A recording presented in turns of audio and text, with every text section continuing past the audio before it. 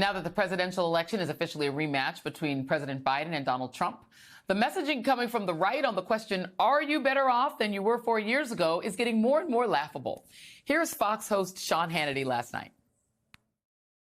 Democrats will call Republicans racist, sexist, xenophobic, homophobic, Islamophobic, transphobic, that want dirty air and water.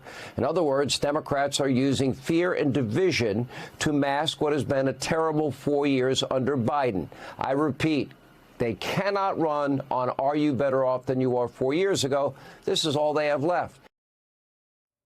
Well, he did get a lot of things right about the Republican Party. But like most right-wingers, he's overlooking the part where 4 years ago, Donald Trump was president and COVID had just been declared a national emergency. Meanwhile, new RNC chair Michael Whatley made a similar attempt today. At the end of the day, this comes down to a very simple contrast between President Trump and President Biden. Were you better off 4 years ago than you are today? The answer for this entire country is no. I mean, yeah, we are better off today, or we will be better off. Oops. We're better off today. We're better off yesterday. Today, no. Wait a minute. Hold on. Actually, he was right. We are better off now than we were 4 years ago. Earlier this morning, Morning Joe economic analyst Steve Ratner fact-checked three of Trump's favorite attack lines against President Biden: crime, energy, and the debt and deficit. You can see that violent crime actually since 2020 has dropped by 15%, 339 violent crimes per 100,000 people. It's below any place it was during the Trump administration. We have had record energy production under the Biden administration. This combines nuclear, fossil fuels, and renewables. And you can see here that we have never had energy production this high. Because of his tax cut, the deficit was going up, up, up, and then, of course, COVID hit. And under Biden, he's actually brought it down. Because of that huge deficit, when he talks also about how he was going to pay off the debt during his first term, he, in fact, added more debt than any other president in history. Joining me now, Fernand Amandi, Democratic pollster and MSNBC political analyst, and Michael Steele, former RNC chair, co-host of The Weekend on MSNBC and host of the Michael Steele podcast. Okay, Michael Steele, inventor of the term drill, baby, drill. Think I don't remember that because I know you, my friend. Crime is down, energy production at record levels. We are energy independent, more drilling than ever in human history, deficit down. And none of the Republicans, they keep flubbing the are you better off now than you were 4 years ago, because 4 years ago we were all stuck in our houses because COVID had ruined the world. How are Republicans going to run when they can't answer that question? They'll find other things to talk about for sure. There's a lot that they'll throw on the wall. We know that. But the reality of it is exactly what you've just said. It is going to be a very difficult narrative in the face of the facts, the statistics, the numbers. And while, yes, we know a lot of folks out there may not feel all of that right now, here's the projection. Over the course of this spring and summer, all of that will start to settle in. Those numbers, those folks will catch up to the numbers, if you will. That feeling will catch up with the numbers because they'll see it.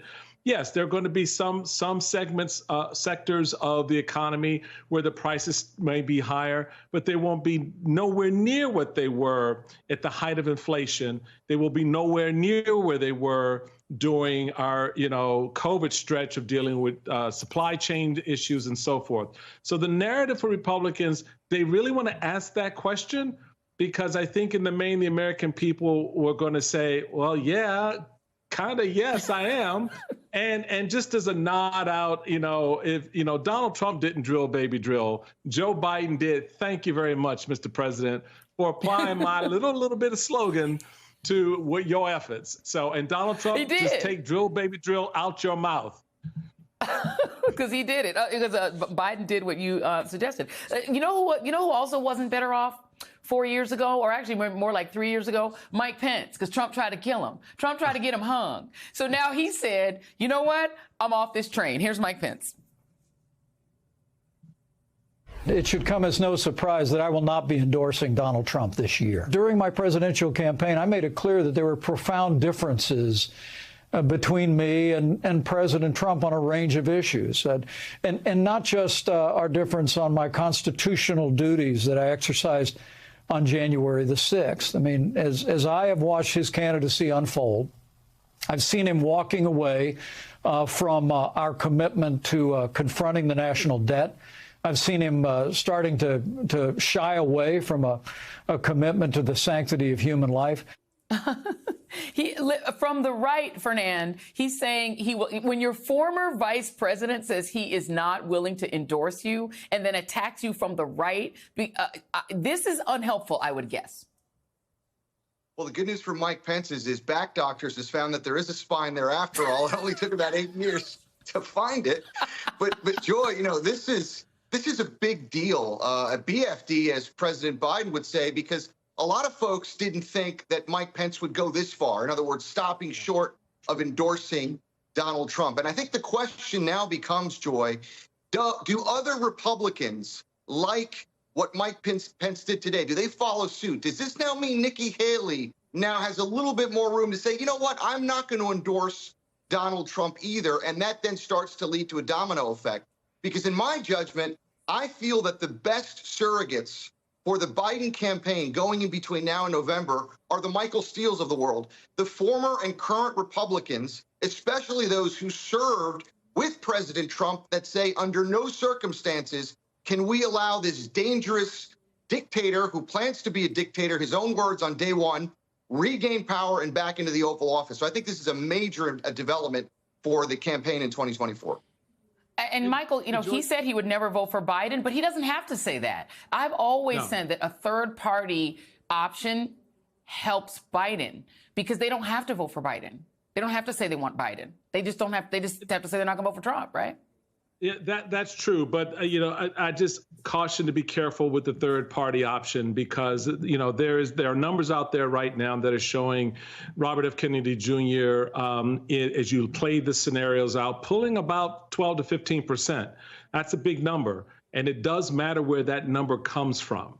So there's truth in what you say, but you have to understand what is the makeup of his base, if you will. Now, asking Aaron Rodgers to be his vice president tells us is not really serious. But okay, you know, do more of that, please. Okay, at the end of the day. And it's no slight to Aaron Rodgers. Even Aaron Rodgers is like, really? Is that a conversation we should be having?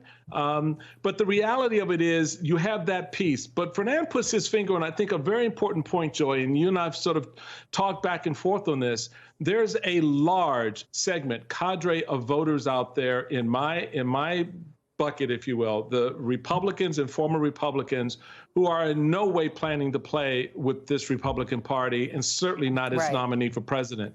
Joe Biden did a very smart and politically well-calculated thing when he came out of the gate after the State of the Union and said, and certainly after Super Tuesday, I need you. I'm a president for you. And went for them. And so they need to churn that as much as they can.